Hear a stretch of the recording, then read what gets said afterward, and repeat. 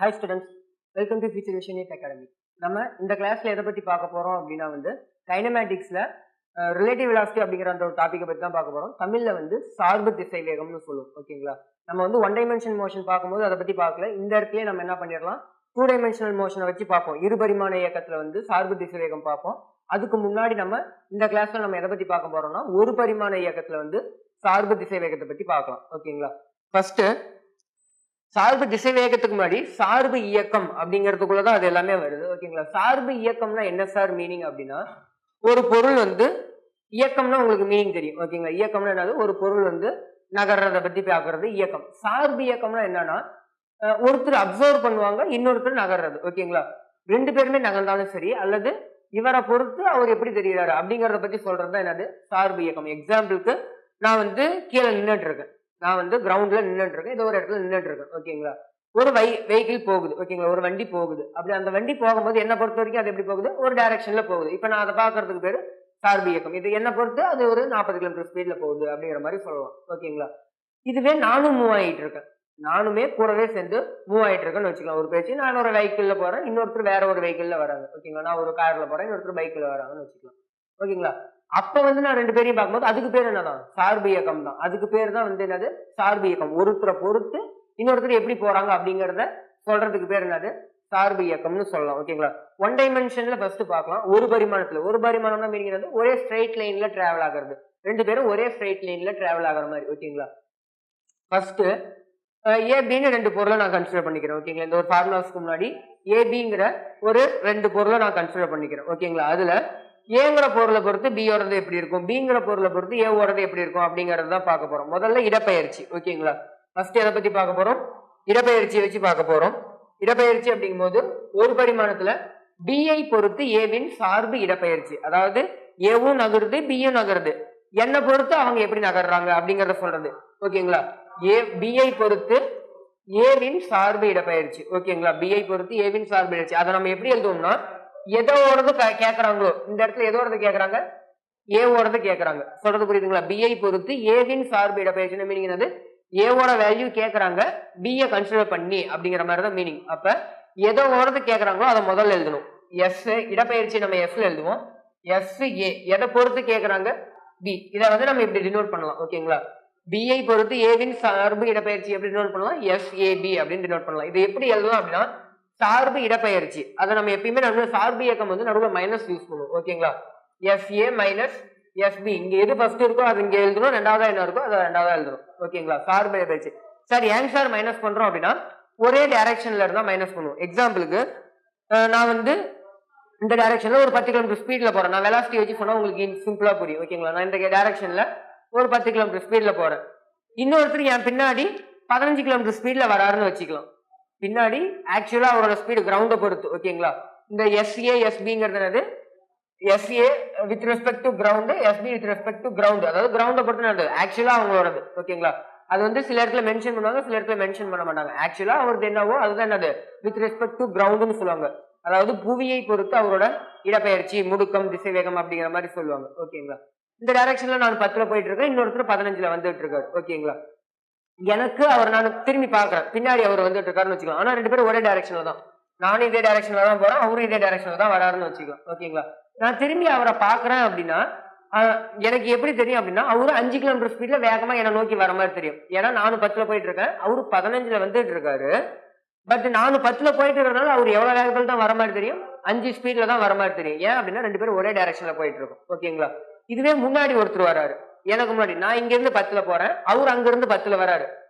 நான் அவரை பார்க்கும்போது அவர் அங்கிருந்து 20ல வர மாதிரி தெரியும். ஏன்னா நான் 10 கிலோமீட்டர் ஸ்பீட்ல வந்துட்டு இருக்கேன், அவரு 10 கிலோமீட்டர் ஸ்பீட்ல வந்துட்டு இருக்கோம், ரெண்டு பேரும் ஆப்போசிட்டா வந்துட்டு இருக்கோம். அப்ப சீக்கிரம் ஒரு குறிப்பிட்ட தொலைவு நம்ம என்ன பண்ணிடுவோம், கறந்துடுவோம். ஓகேங்களா? அந்த ஒரு வெஹிக்கிள் ரெண்டையும் வச்சு பார்க்கும்போது, ஓகேங்களா, அதுக்கு பேர் என்னது, ரிலேட்டிவ் வெலாசிட்டி. ஒரே டைரக்ஷன் அப்படின்னா நம்ம என்ன பண்ணுவோம் அப்படின்னா மைனஸ் பண்ணிக்குவோம். நானும் இந்த டைரக்ஷன்லயே போறேன், அவரும் இந்த டைரக்ஷன்லயே வருவாரு. அப்ப நடுவில் நம்ம மைனஸ் யூஸ் பண்ணுவோம். ஓகேங்களா? சேம் டைரக்ஷன் தான். ஆப்போசிட் டைரக்ஷன் நடுவில் பிளஸ் யூஸ் பண்ணிக்குவோம். ஓகேங்களா? ஆப்போசிட் டைரக்ஷன் நடுவில் பிளஸ் யூஸ் பண்ணிக்குவோம். சிம்பிள் கண்டிஷன் தான். இதை வச்சு வெவ்வேறு கண்டிஷனுக்கு தான் ஃபார்முலா கொடுத்துருக்கோம், ஒரே ஃபார்முலா தான். ஓகேங்களா? இடப்பெயர்ச்சினாலும் அதே தான், திசைவேகம்னாலும் அதே தான், முடுக்கம்னாலும் அதே தான். இடப்பெயர்ச்சினா இடப்பெயர்ச்சி யூஸ் பண்ண போறோம், திசைவேகம்னா திசைவேகம் யூஸ் பண்ண போறோம், முடுக்கம்னா முடுக்கம் யூஸ் பண்ண போறோம். ஓகேங்களா? ஃபர்ஸ்ட் புரிஞ்சிருக்கும்னு நினைக்கிறேன். ஏவோட சார்பு திசைவேகம் சார்பு இடப்பெயர்ச்சி நமக்கு வேணும் b பொறுத்து. அப்ப SAB ன்னு எழுதணும். அதை எப்படி மாத்தலாம்? SA மைனஸ் SB ன்னு எழுதலாம். இதே b யோட எனக்கு வேணும் சார் ஏவை பொறுத்து b இன் சார்பு திசைவேகம். ஓகேங்களா? ஏவை பொறுத்து b இன் சார்பு திசைவேகம் வேணும்னா எனக்கு BA ன்னு எழுதணும். எது கேக்குறாங்களோ அது முதல்ல, எதை வச்சு கேக்குறாங்களோ அது ரெண்டாவது. அப்ப SB மைனஸ் SA ன்னு யூஸ் பண்ணணும்.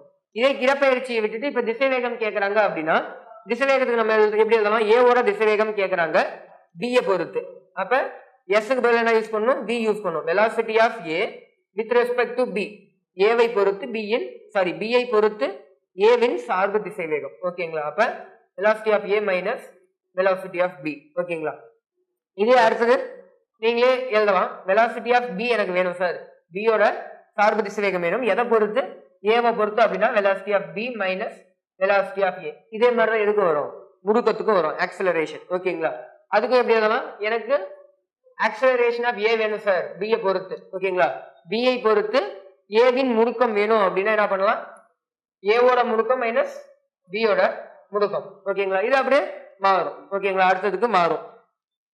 இப்ப இந்த இடத்துல ஓகேங்களா, இது என்ன கொடுத்துருக்கோம் அப்படின்னா ஒரே திசை. நான் ஏற்கனவே உங்களுக்கு சொல்லியிருக்கேன் இல்லைங்களா, ரெண்டும் ஒரே டைரக்ஷன்ல டிராவல் ஆகுது. ஓகேங்களா? நான் வெலாசிட்டிக்கு மட்டும் எழுதிருக்கேன், மற்ற எல்லாத்துக்குமே அதே தான் வரும். ஓகேங்களா?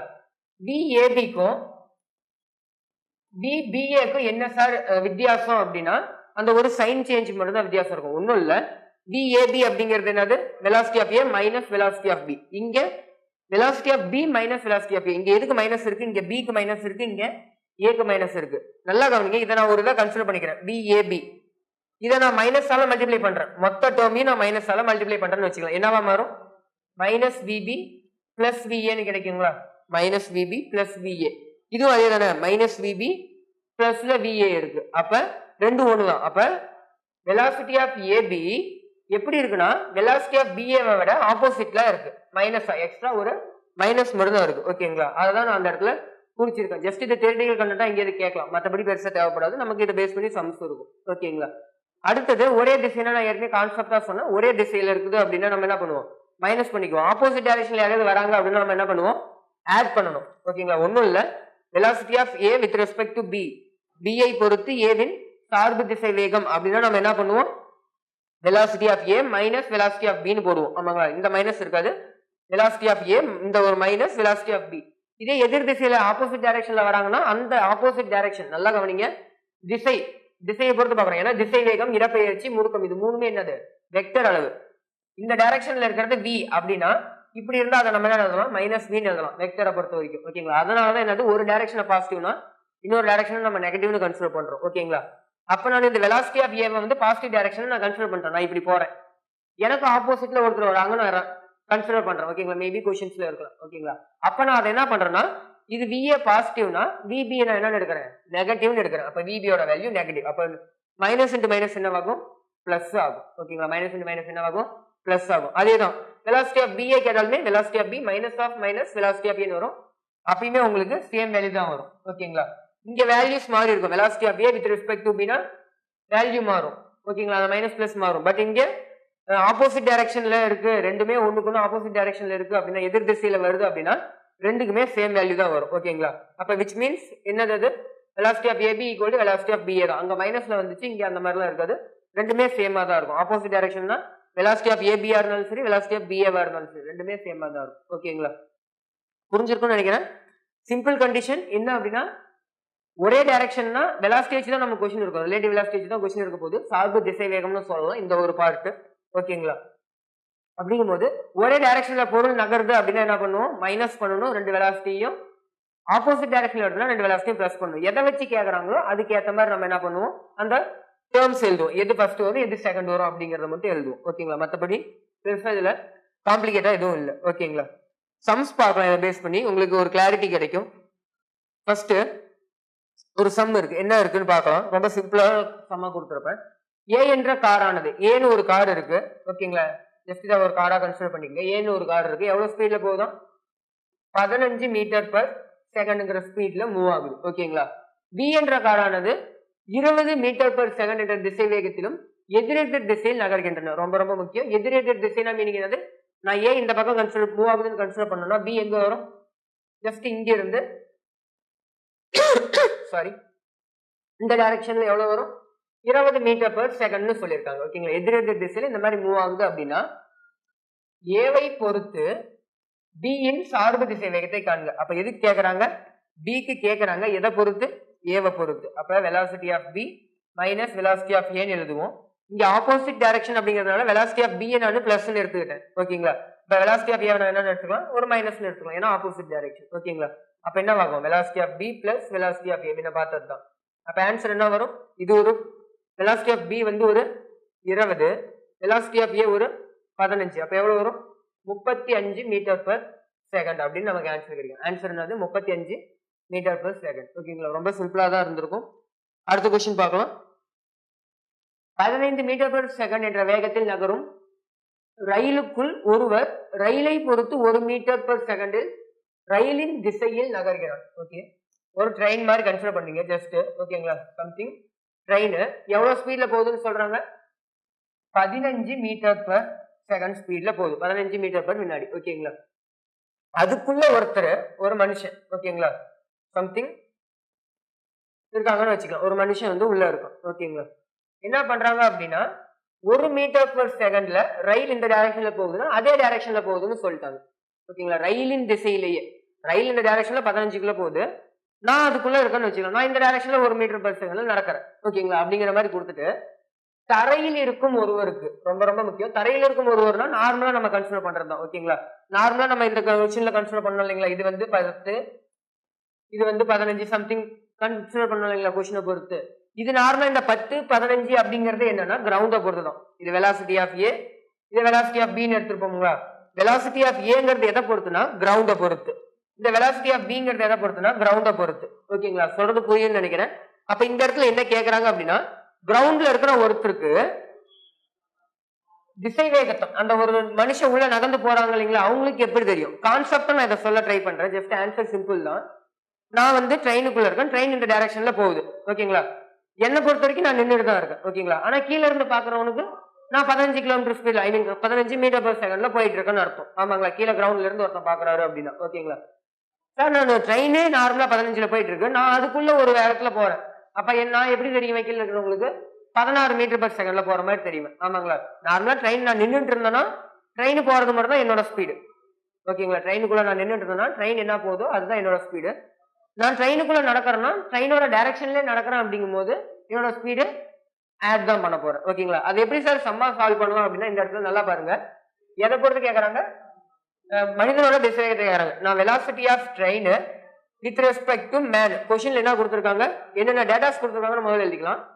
வெலாசிட்டி ஆஃப் ட்ரெயின் கொடுத்துருக்காங்க. ஆமாங்களா, ட்ரெயினோட திசை வேகம், ரயிலோட திசை வேகம் என்னன்னு கொடுத்துருக்காங்க 15 மீட்டர் பர் செகண்ட். வேற என்ன கொடுத்துருக்காங்க?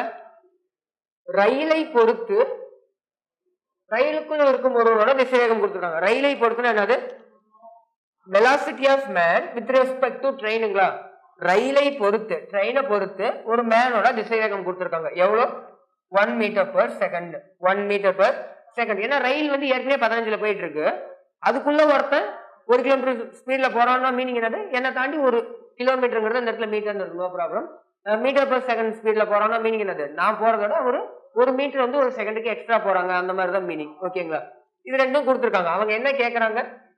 Velocity of man with respect to ground கேட்கறாங்க, கிரவுண்டை பொறுத்து கேட்கறாங்க. விச் மீன்ஸ் இதுக்கு என்னது மீனிங்? வெலாசிட்டி ஆஃப் மேன் தான் இதுக்கு மீனிங். ஓகேங்களா, எப்படி சார் கண்டுபிடிக்கலாம்னா நீங்க இதுக்கான ஃபார்முலா எழுதுங்க. இந்த ஒரு டேட்டா கொடுத்துருக்காங்க, அப்ப அதுக்கான ஃபார்முலாவே எழுதலாம். Velocity of man with respect to train, அதை எப்படி எழுதலாம்? Velocity of man minus velocity of train எழுதலாங்களா, ஏன்னா சேம் டைரக்ஷன், பிளஸ் போட தேவையில்ல, ஏன்னா மனுஷனும் ட்ரெயினும் ஒரே டைரக்ஷன்ல தான் போறாங்க. ஓகேங்களா, ஆப்போசிட் டைரக்ஷன் நம்ம என்ன பண்ணிருக்கலாம்? பிளஸ் போட்டுருக்கலாம், லாஸ்ட் கொஸ்டின்ல வந்த மாதிரி. ஓகேங்களா, இப்போ நம்ம அப்ளை பண்ணலாம். வெலாசிட்டி ஆஃப் மேன் எவ்வளோ? Man with respect to train 1, எனக்கு வெலாசிட்டி ஆஃப் மேன் தான் வேணும். வெலாசிட்டி ஆஃப் ட்ரெயின் 15, இந்த -15 இந்த பக்கம் வந்துச்சுன்னா velocity of man equal to 1 + 15 எவ்வளவு வரும்? 16 மீட்டர் பர் செகண்ட் கிடைக்கும். ஆன்சர் என்னது? 16. ஓகேங்களா, 16 மீட்டர் பர் செகண்ட், 16 அப்படிங்கிறது நமக்கான ஆன்சர். ஓகேங்களா, புரிஞ்சிருக்கும்னு நினைக்கிறேன். ரொம்ப சிம்பிளா தான் இருக்கும். ஒரு டைமுக்கு 2 டைம் நீங்க வந்து ஜஸ்ட் கான்செப்டா அனலைஸ் பண்ணிட்டீங்க அப்படின்னா ரொம்ப சிம்பிளாவே ரிலேட்டிவ் வெலாசிட்டி பேஸ் பண்ணி சம் சால்வ் பண்ணலாம் 1 டைமென்ஷன்ல. ஓகேங்களா, next question,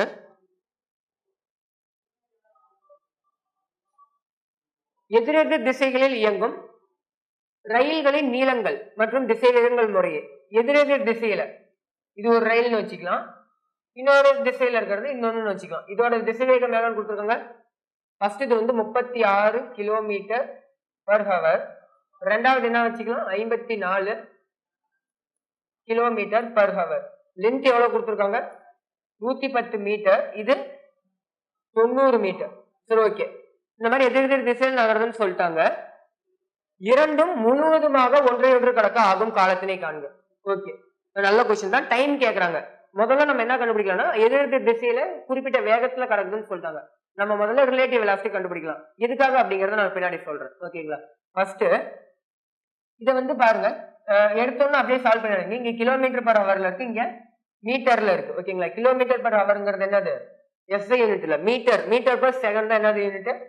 metre per second தான் என்ன யூனிட்? SI unit. அப்ப மீட்டர் பர் செகண்டுக்கு மாத்தணும் சார். கிலோமீட்டர் பர் ஹவரை கன்வெர்டட் இன்டு மீட்டர் பர் செகண்டுக்கு எப்படி சார் கன்வெர்ட் பண்ணுவோம் அப்படின்னா 5/18 மல்டிப்ளை பண்ணீங்கன்னா உங்களுக்கு கிடைக்கும். ஓகேங்களா? 5/18 எப்படி சார் 5/18 வந்துச்சுன்னா சிம்பிள் தான், ஒன்றும் இல்லை.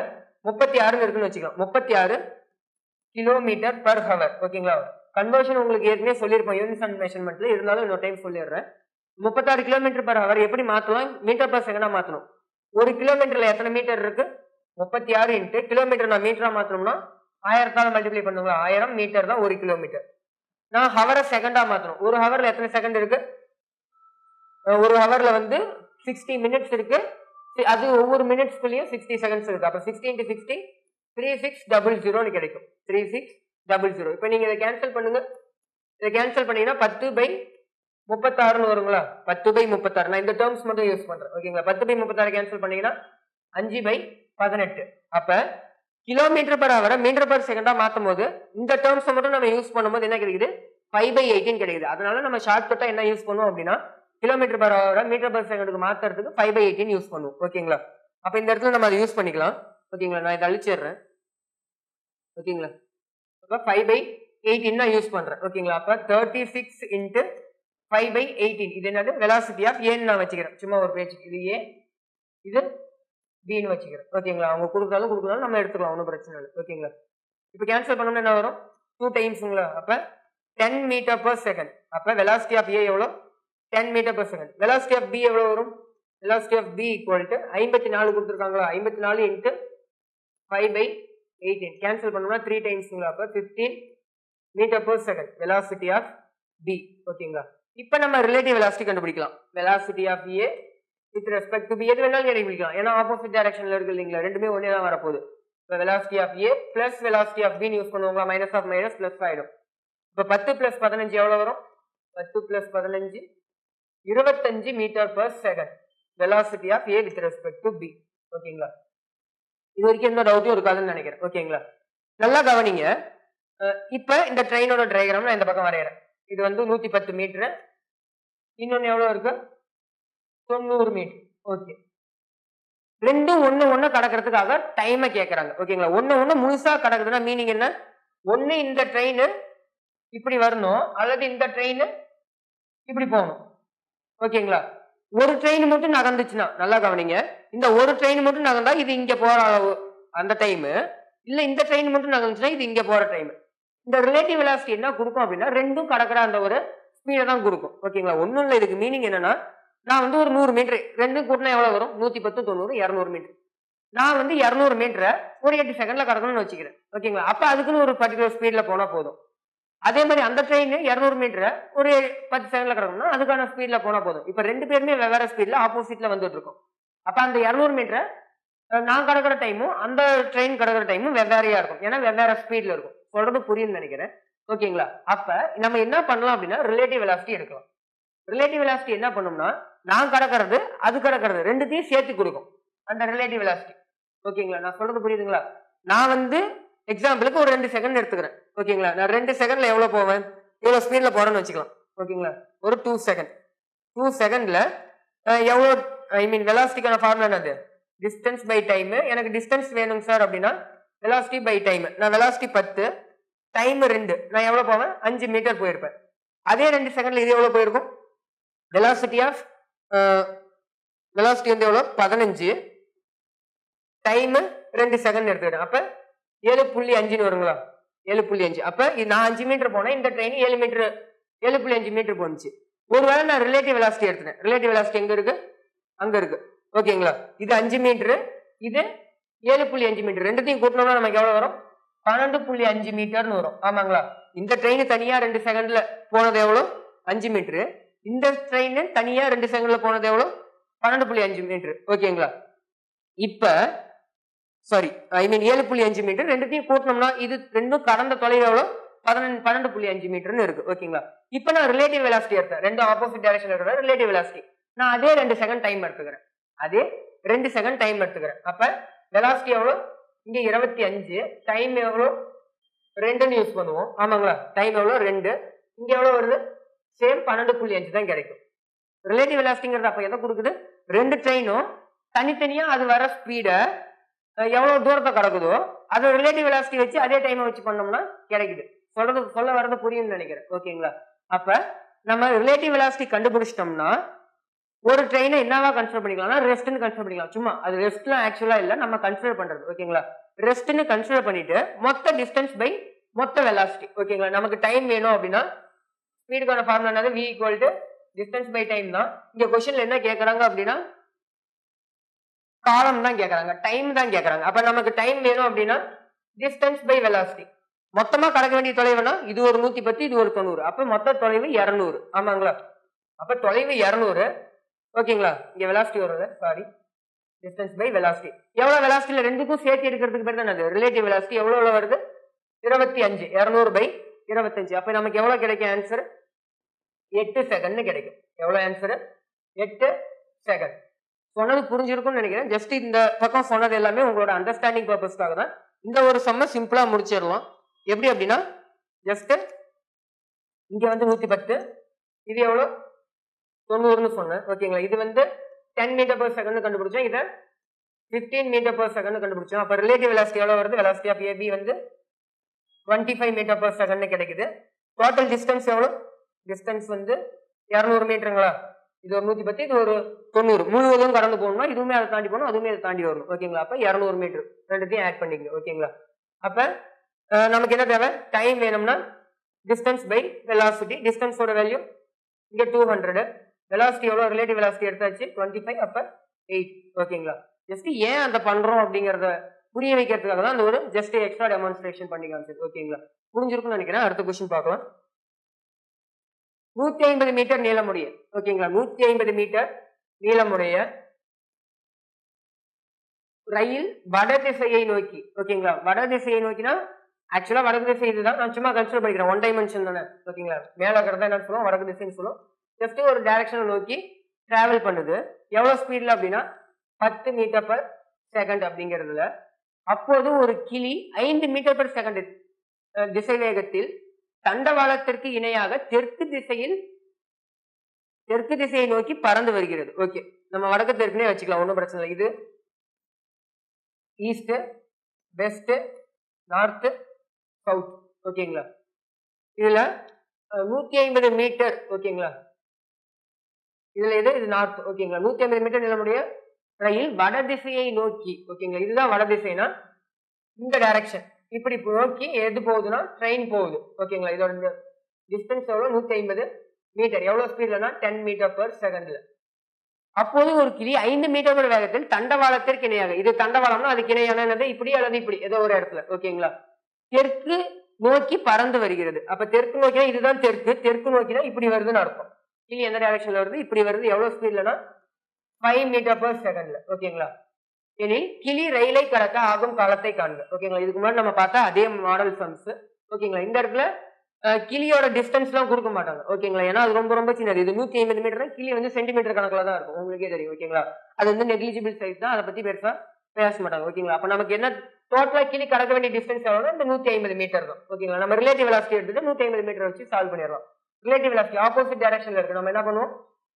இது வந்து இந்த டைரக்ஷன்ல போகுது, இது ஆப்போசிட் டைரக்ஷன்ல வருது. அப்ப என்ன பண்ணுவோம்? வெலாசிட்டி ஆஃப் parrot அல்லது velocity of train, இது வேணாலும் வச்சுக்கலாம். velocity of train with respect to parrot equal to velocity of train plus velocity of parrot. ஓகேங்களா? velocity of train 10, velocity of parrot 5. அப்ப வந்து 15 கிடைக்குங்களா? 15 மீட்டர் per செகண்ட். ஓகேங்களா?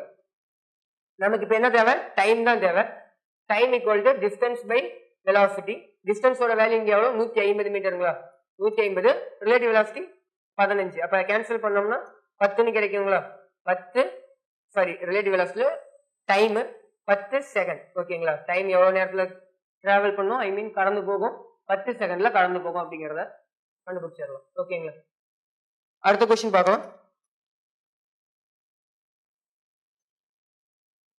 ஒரு நேரான சாலையில் பேருந்து 10 மீட்டர் பர் செகண்ட் வேகத்தில் நகர்கிறது. ஒரு பேருந்து இருக்கு, சம்திங் எவ்வளவு ஸ்பீட்ல போகுது, 10 மீட்டர் பர் செகண்ட்ல போகுது. ஒரு இருசக்கர வாகன ஓட்டி அந்த பேருந்தை 100 செகண்டில் கடக்க நினைக்கிறான். ஓகேங்களா, இந்த பக்கம் டயக்ராம் வரையறேன். இது ஒரு பேருந்து எவ்வளவு ஸ்பீட்ல போகுதுன்னா 10 மீட்டர் பர் செகண்ட். ஒரு இருசக்கர வாகனம் டூ வீலர்ல யாரோ ஒருத்தர் வராங்க, எவ்வளவு டைம்லனா 100 செகண்ட்ஸ்ல கடக்கணும்னு நினைக்கிறாங்க. வெலாசிட்டி ஆஃப் பஸ் எவ்வளவு கொடுத்திருக்காங்க, 10 மீட்டர் பர் செகண்ட். ஓகே, பேருந்து மற்றும் இருசக்கர வாகனம் இரண்டிற்கும் இவற்றிற்கு இடைப்பட்ட தொலைவு வந்து 1 கிலோமீட்டர் சொல்லிட்டாங்க. ஜஸ்ட் இங்க வந்து அந்த ஒரு டூ வீலர் இருக்குன்னு வச்சுக்கலாம் சம்திங். ஓகேவா, இதோட வெலாசிட்டி எவ்வளவு அப்படின்னா வெலாசிட்டி கொடுக்கல, டிஸ்டன்ஸ் கொடுத்துருக்காங்க. இதுக்கும் நடுவில் இருக்க இந்த ஒரு டிஸ்டன்ஸ் எவ்வளவுனா 1 கிலோமீட்டர் கொடுத்துருக்காங்க. சரி, ஓகே. இருசக்கர வாகனம் செல்ல வேண்டிய வேகத்தின் மதிப்பு காணுங்க. ஓகே, எவ்வளவு டைம்ல போகணும் அப்படிங்கிறது. இதே மாதிரி கொஸ்டின்ஸ் வந்து நம்ம ஆக்சலரேஷன் வச்சு பார்த்துருப்போம். எங்க அப்படின்னா ஒன் டைமென்ஷன் மோஷன்ல. ஓகேங்களா, ஒன் டைமென்ஷன்ல ஈக்குவேஷன் ஆஃப் மோஷன் வச்சு. ஓகேங்களா, நம்ம அந்த இடத்துல பார்த்துருப்போம். அங்க ஆனா முறுக்கத்தை வச்சிருக்கோம், அதுக்கு ஈக்குவேஷன் ஆஃப் மோஷன் அப்ளை பண்ணலாம். இதுக்குமே ஈக்குவேஷன் ஆஃப் மோஷன் அப்ளை பண்ணாலும் ஆன்சர் வரும். பட் சிம்பிளா ரிலேட்டிவ் வெலாசிட்டி கான்செப்ட் யூஸ் பண்ணி பண்ணிடலாம். ஏன்னா ரெண்டுமே திசை வேகம் தான் கேட்கறாங்க, திசை வேகம் கொடுத்துருக்காங்க, ஒரு திசை வேகம் தான் கேட்கறாங்க. ஓகேங்களா, நல்லா கவனிங்க. இந்த இடத்துல என்ன கொடுத்துருக்காங்கன்னு முதல்ல பார்க்கலாம்.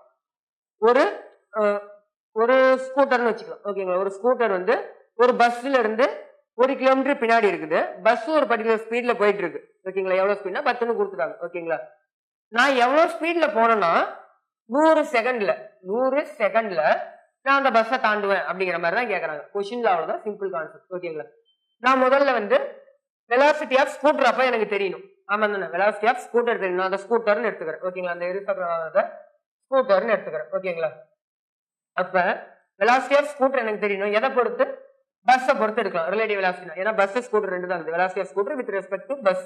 ஓகேங்களா, அப்ப velocity of scooter minus velocity of bus எழுதலாங்களா. Velocity of scooter with respect to bus, பேருந்தை பொறுத்து ஸ்கூட்டரோட அந்த ஒரு சார்பு திசை வேகம் நான் எடுத்துருக்கேன். அப்ப velocity of scooter minus velocity of bus. இதை வச்சு velocity of scooter with respect to bus equal to நம்ம என்ன பண்ணலாம், வெலாசிட்டி ஆஃப் ஸ்கூட்டர் எனக்கு தெரியாது, வெலாசிட்டி ஆஃப் பஸ் நம்ம என்னன்னு சொல்லலாம், 10ன்னு சொல்லலாம். இப்படி ஒரு equation எழுதலாங்களா.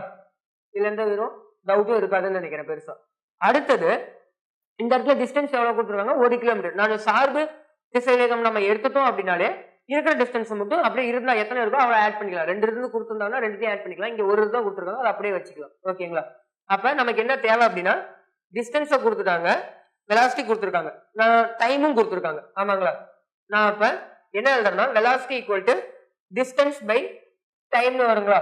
Velocity equal to distance by time formula. ஓகேங்களா, இந்த வெலாசிட்டிக்கு பதிலா நம்ம என்ன யூஸ் பண்ணலாம், நம்ம ரிலேட்டிவ் வெலாசிட்டி யூஸ் பண்ணலாம், VSB யூஸ் பண்ணலாம். VSBங்கிறது எப்படி ஆகலாம், VS எனக்கு தேவை -10, VSB நம்ம என்ன எழுதலாம், VS மைனஸ் 10 எழுதலாம். டிஸ்டன்ஸ் எவ்வளவுன்னு தெரியும், 1 கிலோமீட்டர். 1 கிலோமீட்டர்னா கிலோமீட்டர்ல இருக்கு, இது செகண்ட்ல இருக்கு. நல்லா கவனிங்க. அப்ப அது மீட்டருக்கு மாத்திரம், மீட்டர்னா 1000 மீட்டர், இதோட பை செகண்ட்ங்கிறது 100 செகண்ட்ஸ்னு கொடுத்துருக்காங்க. ஓகேங்களா, அப்ப கேன்சல் பண்றோம் அப்படின்னா VS மைனஸ் 10 ஈக்குவல் டு 10ன்னு வருது. அப்ப VS மட்டும் எனக்கு வேணும், வெலாசிட்டி ஆஃப் ஸ்கூட்டர் தான் எனக்கு வேணும் அப்படின்னா 10 பிளஸ் 10ன்னு கிடைக்குங்களா, அதாவது 20 மீட்டர் பர் செகண்ட். ஓகேங்களா, 20 மீட்டர் பர் செகண்ட். என்ன கண்டுபிடிச்சிருக்கோன்னு புரியுதுங்களா, சிம்பிள் கொஸ்டின் தான்.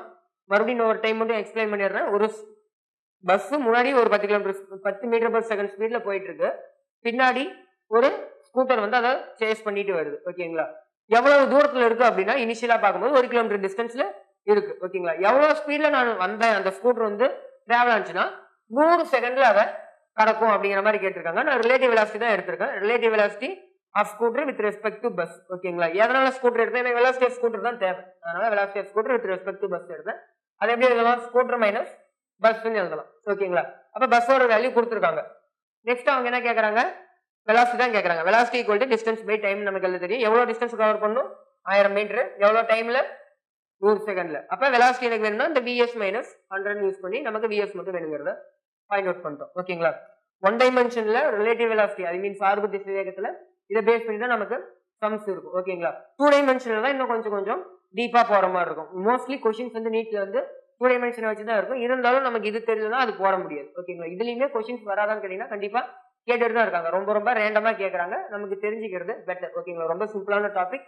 நெக்ஸ்ட் கிளாஸ்ல நம்ம 2 டைமென்ஷன் அதாவது இரு பரிமாணத்துல வந்து நம்ம சார்பு திசைவேகத்தை பத்தி சம்ஸ் பார்க்கலாம். ஓகேங்களா? Thank you. Future Vision Study Center, SKS Hospital Road, opposite to Hotel Lakshmi Prakash, near New Bus Stand, Salem. Cell 90420 30163.